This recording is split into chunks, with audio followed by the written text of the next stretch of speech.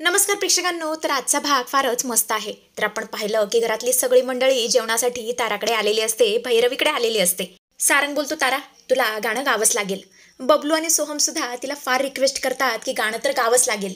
बबलू बोलतो, भैरवी मॅडम, आमचा सोहम तर तुमचा फार मोठा फॅन आहे, तुम्हाला तर गाणं गावंच लागेल. आणि ताराताई तुम्ही अशा उभ्या का? अहो सोफ्यावरती बसा आणि बसून आरामात गा. तारा आता सोफ्यावरती बसते आणि भैरवीकडे बघू लागते. तिला काय करावं काहीच कळत नसतं. तेव्हा भैरवी डोळ्यांनी इशारा करते आणि बोलते, टेन्शन घेऊ नकोस, मी करते हँडल. ती सारंगला बोलते, सारंग कसं आहे ना, माझी तारा ना विठ्ठलाची निस्सीम भक्त आहे आणि तिची ना एक मान्यता आहे. ती जेव्हा केव्हा धार्मिक कार्यक्रमांमध्ये गाणं गाणार असते ना, तेव्हा ती म्हणजे डायरेक्ट अभिषेक झाला की ती सरळ सप्तामध्येच गाते. सॉरी, ऐकायला तुम्हाला जरा वियर्ड वाटेल, पण कसं आहे ना, आमच्या ताराचं तसंच आहे. आता घरीच बघा ना, आपण देवाला नैवेद्य दाखवतो, आधी त्याला अर्पण करतो आणि मगच आपण खातो. तारा हे सगळं इतकं मानते ना, अभिषेक झाल्यानंतर ती रियाज सुद्धा करत नाही. आता तुम्हाला तिचं गाणं डायरेक्ट सप्त्यामध्येच ऐकायला मिळेल. प्लीज तुम्ही राग मानू नका. तेव्हा सारंग बोलतो, हो हो मी समजू शकतो. तेव्हा भैरवी बोलते, आपण एक काम करू, तुम्ही सप्ताह झाल्यानंतर पुन्हा एकदा जेवायला या, हवं तर तारा तेव्हा गाईल. इकडे आता जयंतीने सगळी स्टोरी ऐश्वर्याला सांगितलेली असते. ते ऐकून ऐश्वर्या बोलते, जयंती आता तुम्हाला हे सगळं जे काही सांगितलंयस ना, त्याचा मला 0 फायदा आहे. हे सगळं सारंग आणि त्याच्या फॅमिलीला सांगून काहीच उपयोग नाहीये. पण हा, एक गोष्ट होऊ शकते. त्याउलट तू सगळ्यांना असं सांग की ही सावली जगन्नाथच्या प्लॅनमध्ये पहिल्या दिवसापासून सामील होती. तेव्हा जयंती बोलते, ऐश्वर्या मॅडम, अहो तुम्ही अजिबात टेन्शन घेऊ नका. आता तुम्ही फक्त बघाच मी काय काय सांगते. म्हणत असाल तर आत्ताच जाऊन सांगू का? तेव्हा ऐश्वर्या तिची मेकअप वॅनिटी जयंतीला देते आणि बोलते, जयंती इतकी उतावळी होऊ नकोस. आता मी तुला सांगेन ना, तेव्हाच तुला हे सगळं सारंगला सांगायचंय, हरिनाम सप्ताह झाल्यावर. पण कसं आहे ना, मला तुझी भीती वाटतेय. मी तुझ्यावर विश्वास ठेवू की नको? आता तूच सांग, मी तुझ्यावर विश्वास ठेवायला पाहिजे की नको? तेव्हा जयंती बोलते, कसं आहे ना, जग इकडचं तिकडे होऊ शकतं, पण ही जयंती एकदा दिलेला शब्द मोडत नाही, अजिबात मोडत नाही. तुम्ही माझ्यावरती निश्चिंत विश्वास ठेवू शकता, कारण ही जयंती तुम्हाला कशीही वाटली तरी सुद्धा मला माझा फायदा कशात आहे ना, हे चांगलंच कळतं. आणि अशा प्रकारे दोघेही हात मिळवणी करतात. इकडे आता तारा बोलते, मॉम मी एक काम करू का, सोहम आणि बबलूला घर दाखवायला घेऊन जाऊ का? तेव्हा भैरवी बोलते, हो ना घेऊन जा. तेव्हा आता तारा त्या दोघांना घर फिरून दाखवते. घर फिरून झाल्यावर ते पुन्हा हॉलमध्ये येतात. तेव्हा भैरवी बोलते, काय सोहम घर कसं वाटलं? मला मान्य आहे तुमच्या एवढं काय आमचं राजमहल नाहीये, पण ठीक आहे घर. तेव्हा सोहम बोलतो, मला खूप आवडलं. पण भैरवीजी, जर तुम्हाला वाईट वाटणार नसेल ना, तर मला तुम्हाला एक प्रश्न विचारायचा आहे. तेव्हा भैरवी बोलते, हो हो विचार, अरे बिनधास्त विचार, घाबरायची तुला काहीच गरज नाहीये. तेव्हा सोहम बोलतो, भैरवीजी मला तुमच्या बेडरूममध्ये एक फोटो दिसला. मी ताराला विचारलं, हा कोणाचा फोटो आहे? तेव्हा तारा म्हणाली, हा माझ्या पप्पांचा फोटो आहे. पण ताराचे वडील आम्हाला कधीच नाही भेटलेले, नाही म्हणजे ते कुठे असतात आणि काय करतात? आणि हे ऐकून भैरवीच्या डोळ्यांमध्ये पाणी येतं. सोहम बोलतो, काय झालं काकू, आमच्याकडून काही चुकलं का? मी काही चुकीचा प्रश्न विचारला का? तेव्हा भैरवी बोलते, नाही, कारण कित्येक वर्ष आम्हाला सुद्धा हाच प्रश्न पडलाय. ताराचे वडील ना विठ्ठलाचे निस्सीम भक्त होते. त्यांची विठ्ठलावरती निस्सीम श्रद्धा होती.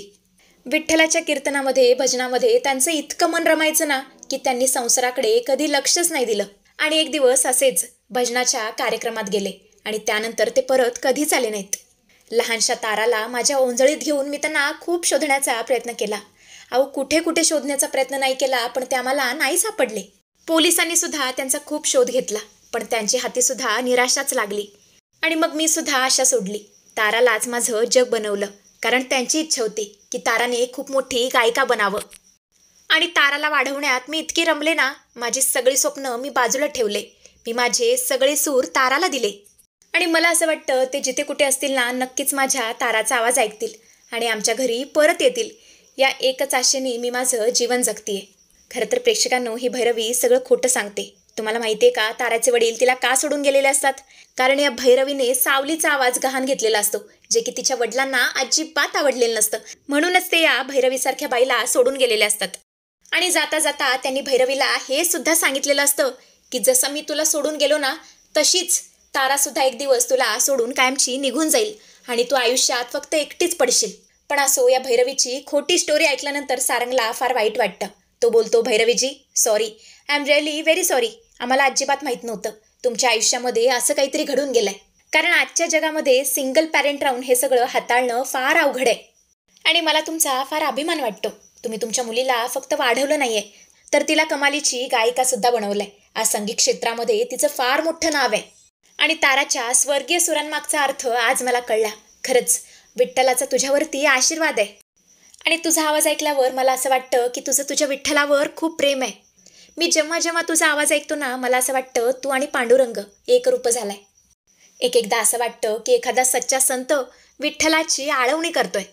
तुला खरं सांगतो तारा, तुझा आवाज ऐकल्यावर मला असं वाटतं तुझा आवाज ना या विश्वातला नाहीच आहे, तो एका दुसऱ्याच विश्वातला आहे. आणि हे सगळं ऐकून तर सावली चकितच होते आणि त्याच्याकडे एकटक बघू लागते आणि मनातल्या मनात विचार करते, खरंच सारंग सरांना माझा आवाज इतका आवडतो. त्यांना जर हे कळलं की हा आवाज त्यांच्या बायकोच आहे, म्हणजे माझा आहे, तर ते माझा किती लवकर स्वीकार करतील. त्यांच्या मनामध्ये मला किती मोठा मान देतील.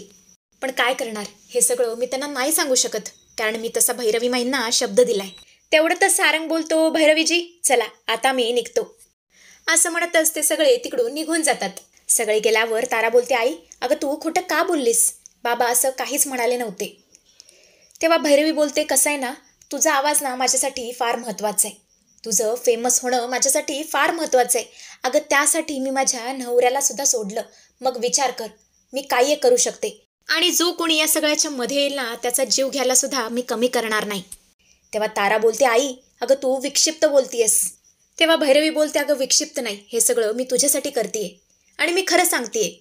मला तर एक एकदा असं वाटतं तुझ्या बापाला ना तेव्हाच ठेचायला पाहिजे होतं, कारण तुझा तो भिक्कारडा बाप परत आला ना, तर हे सगळं उद्ध्वस्त करून टाकेल, आपलं आयुष्य उद्ध्वस्त करून टाकेल. मला फक्त इतकंच वाटतं की तुझा तो बाप आपल्या आयुष्यामध्ये परत यायला नको. आणि हीच भैरवीची सगळ्यात मोठी भीती असते. आणि आजचा भाग इथे संपतो. तर पुढील 18 तारखेच्या प्रोमोमध्ये आपल्याला असं बघायला मिळणार आहे, जगन्नाथ भैरवी विरुद्ध खूप मोठा प्लॅन करतो. तो बोलतो, अलका उद्या हरिनाम सप्त्याचा मोठा कार्यक्रम आहे आणि उद्याच आपल्याला त्या भैरवीचा कार्यक्रम संपवायचा आहे, तिचा खेळ खल्लास करायचा आहे. तेव्हा अलका बोलते, नक्की तुम्ही काय करणार आहात. तेव्हा जगन्नाथ बोलतो, उद्याच्या कार्यक्रमामध्ये तयारी करण्यासाठी सगळे गावकरी जमणार आहेत आणि त्या गावकऱ्यांमध्ये आपली 2 खास माणसं आहेत. तेव्हा अलका बोलते, पण ती काय करणार आहेत. तेव्हा जगन्नाथ बोलतो, ती सावलीच्या माईकची वायर कट करणार आहेत आणि सावलीच्या माईकची वायर कट केल्यामुळे तिला गाताच येणार नाही आणि ऐन वक्ताला या ताराची फजिती होणार, तिचं भिंग सगळ्यांच्या समोर फुटणार आणि सारंग समोर आपल्या सावलीच्या गाण्याचं सत्य येणार.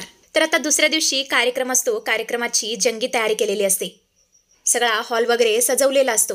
गावकऱ्यांनीच हे सगळी तयारी केलेली असते आणि तेवढंच तिथे सारंगची एंट्री होते, सारंगच्या गाडीची एंट्री होते. जयंती तर इतकी एक्साइटेड असते, ती सुद्धा सारंगच्या गाडीतच असते. ती लगेचच गाडीच्या रूपमधून बाहेर येते आणि सगळ्यांना हात हालू लागते, हाय वगैरे करू लागते. सारंग आणि सावली गाडीतून बाहेर उतरतात आणि गावकरी त्या दोघांचं औक्षण करतात, स्वागत करतात. सगळीच मंडळी आता हॉलमध्ये जाऊन बसते. थोड्या वेळाने ताराचा परफॉर्मन्स असतो. तारा स्टेजवरती जाते आणि पोझिशन धरते. तेवढंच भैरवी सावलीला इशारा करते. सावली सुद्धा तिच्या रूममध्ये जाते, पण जगन्नाथचा माणूस मात्र तिच्या माईकची वायरच कट करणार आहे. तेव्हा आता उद्या ताराची कशी फजिती होते ते बघणं रंजक ठरणार आहे.